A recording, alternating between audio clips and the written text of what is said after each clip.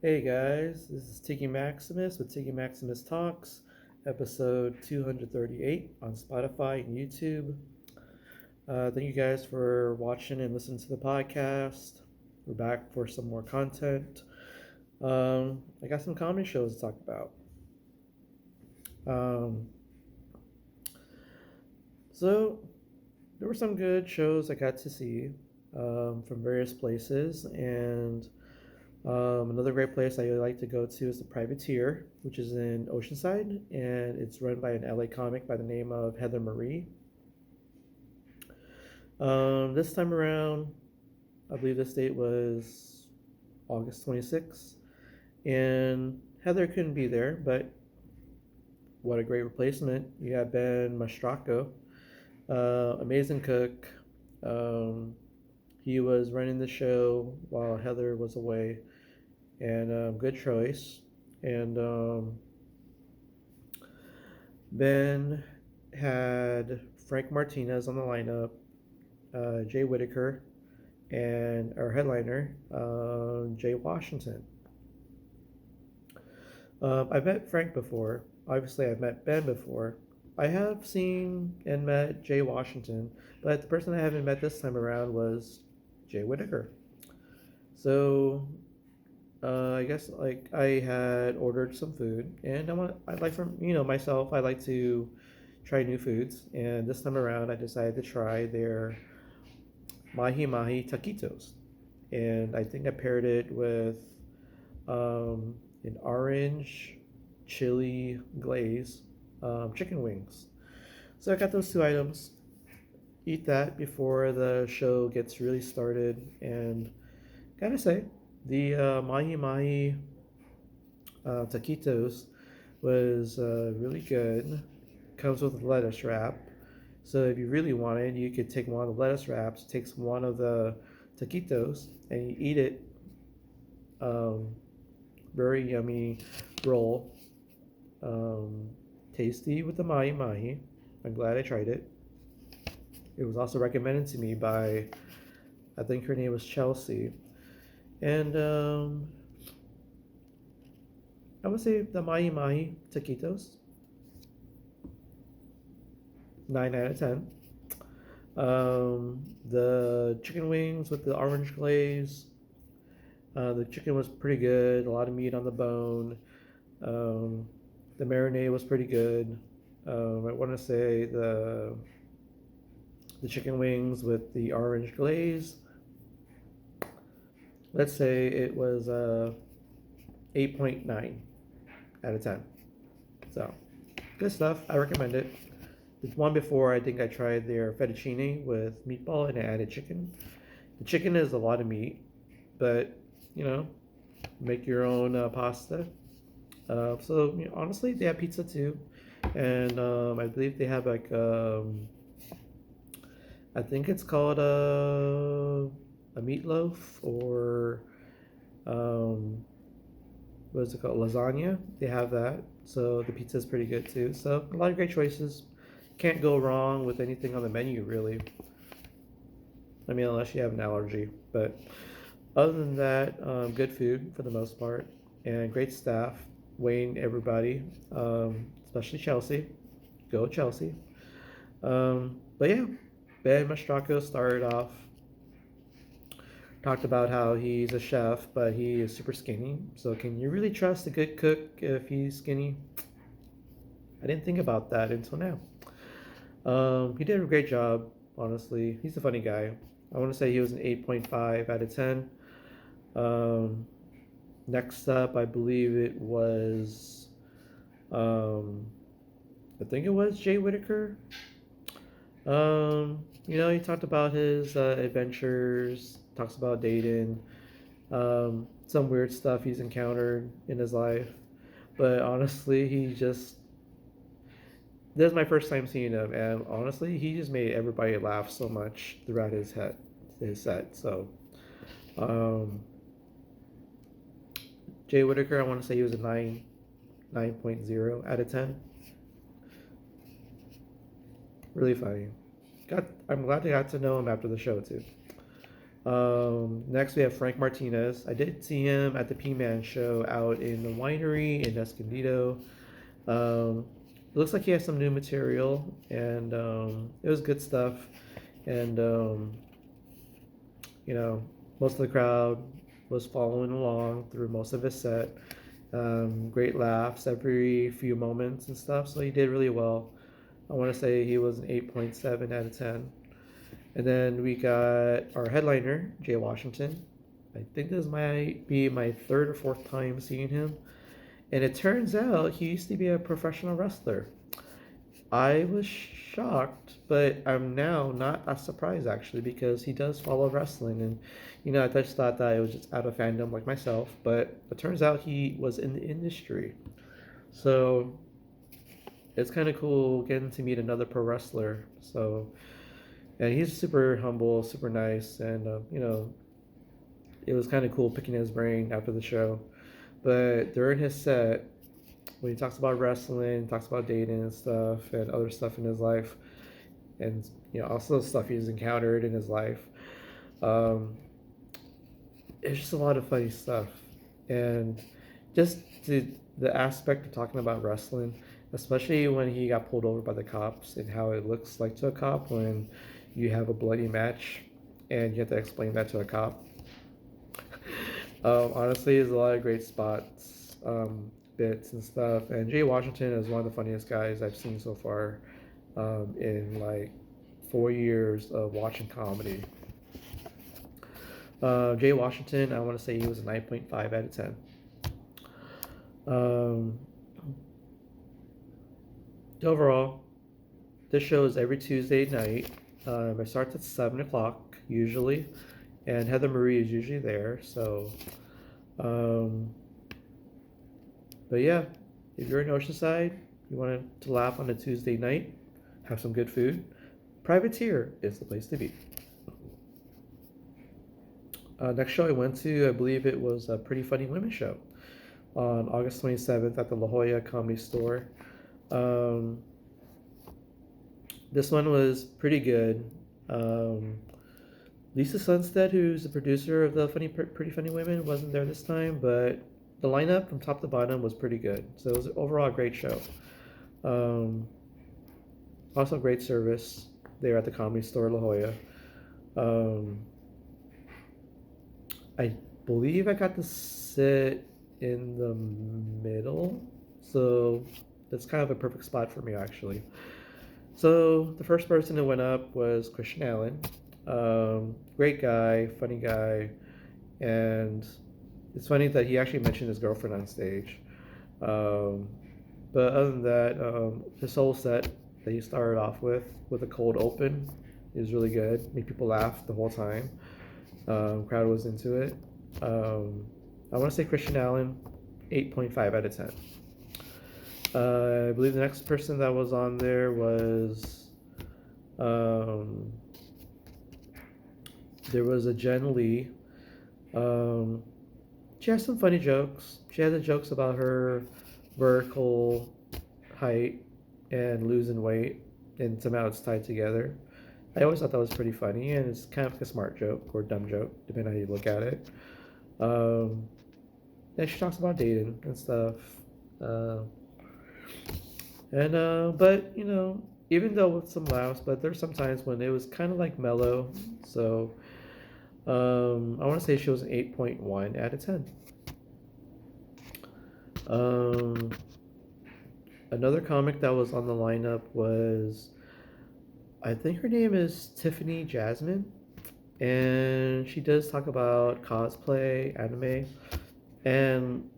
but I don't know if it was my hearing because I do have one good ear, but I thought that she's very soft spoken, so like with it being so soft, it was kind of hard to laugh immediately because I find that having a soft voice sometimes might delay the punchline, and she has some good jokes and good punchlines, but I almost like not really tune out, but like I don't follow as strongly with her comedy set if she has a soft voice.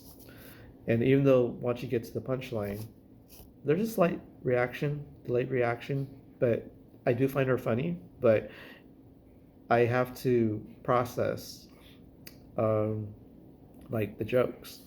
So with that being the case, good jokes, but a little too soft spoken for me to really like calibrate my mind to be ready to laugh at things. Tiffany Jasmine, I would say she's an 8.3 out of 10. Um, I believe another lady on the lineup was um, Angelica Valenzuela. Yeah. Um, I believe that.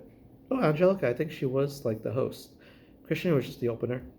Um, so Angelica was pretty much like, hosting throughout the whole show. And honestly, she's really funny. She talks about her doctor visits. That was pretty funny. Um, Talks about dating, the guy she's dating, kids. Honestly, she's like very vibrant and she has a lot of positive energy, and I like that in a comedy set. So, um, honestly, she did pretty well with the crowd throughout the whole night, and I want to say she was an 8.8 out of 10.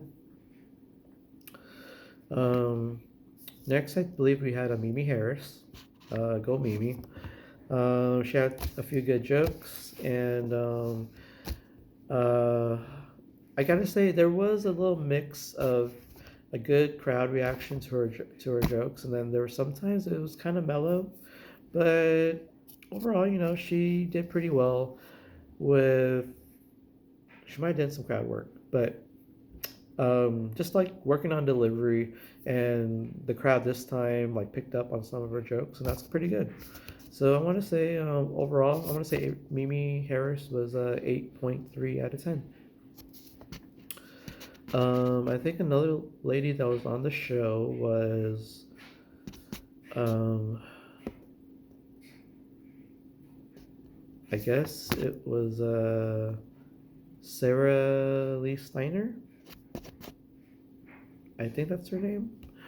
I think she was on there, and I think she talked about magic, um,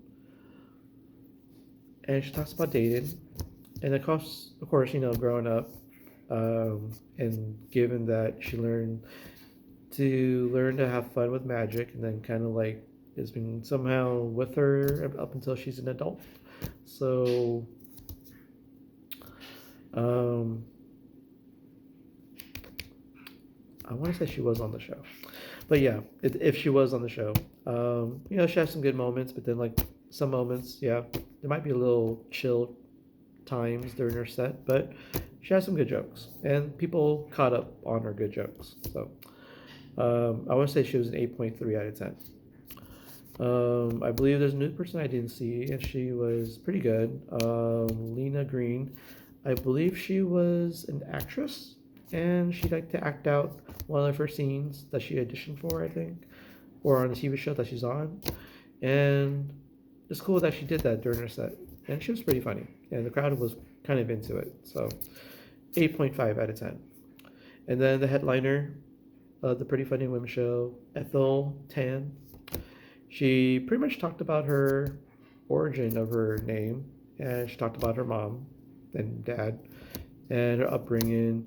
And I gotta say, when she talked about dating as well, like a lot of aspects of her set, it was like pretty funny, and I was laughing a lot. And I think a good bit of the crowd was into her set as well. So she's a really good headliner. Um, and I think she brought her husband to the show too. So I want to say that she was 8.9 out of 10. So she did a really great job. And this is probably one of the best Pretty Funny Women shows I've seen so far. So kudos to that. Oh, okay. So I did go to the Madhouse on August 28th. The headliner was Alan Henderson, and I was up coming out to support the comedians. And what was cool is that the show started with music from Aaron Gonzalez's daughter, Araceli Gonzalez. So Araceli brought out her guitar, great voice. I believe this is my first time actually seeing and listening to her perform live, and she has a great voice. She has a great um, way to do her music, and I got into it. I didn't feel like, I had to tune out or anything. I felt like, I could listen to this. If she did a concert, I'll probably listen for the whole concert. I wouldn't tune out at any point. So, um, and she did a great job with the crowd. At the end of each song, there was a big ovation for every single song. And, it's pretty awesome seeing another musician on the scene. So, hopefully, she gets more gigs here in San Diego and other places. So, she's on her way up. Sully with her performance, I want to say she was a 8.7 out of 10. Did well with the music. Nice to kind of talk to the crowd a little. And then I believe on the show we had Raul Zambrano. Um, he did talk about dating, and then some phone calls, ex-girlfriend or girlfriend suspecting that there's something was up with Raul. Kind of made a joke about it. Guy's pretty funny. Um, I want to say Raul was 8.5 out of 10. The show also had, I believe, Pacey McMillan. He does love talking about his transition, and then kind of owned up to it. Um, and I think he might have mentioned dating at some point. But overall, talking about being transgender or transitioning, it's kind of like bread and butter. Yeah, I think the term is his bread and butter. So did pretty well. I want to say that he was an 8.7 out of 10. And then there was, I believe his name was Ike Kazarian, I think his name is. He runs the Pushkin Hookah Lounge in North Park, I believe. And oh man, he talked about dating, talked about a few other topics during the set, but he was just super funny throughout his whole set. There was like not even a dull moment, it seems, during this whole set. So I'm glad that he was on the show. I'm glad I came to the show. I want to say Ike was a 9 out of 10. I believe there's another person on the show. Um, I think he goes by the name Joshua Jedi. Um, he does talk about his blindness, but he's a super funny guy though. And honestly, I like his sets, and he did get a good amount of people laughing. Um, I would say like overall, he was probably an 8.5 out of 10. And then we also have Aaron Gonzalez. So mother daughter are on the same lineup. Um, she has some good jokes, and she talks about being a cougar.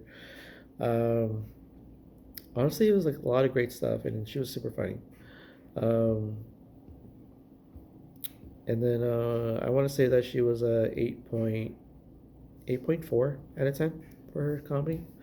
And then we have Joaquin Nichols.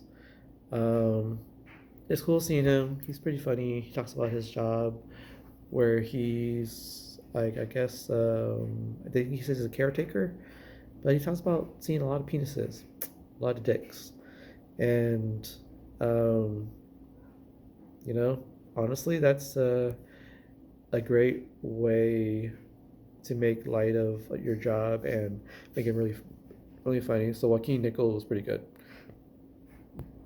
I want to say that he was an 8.6 out of 10.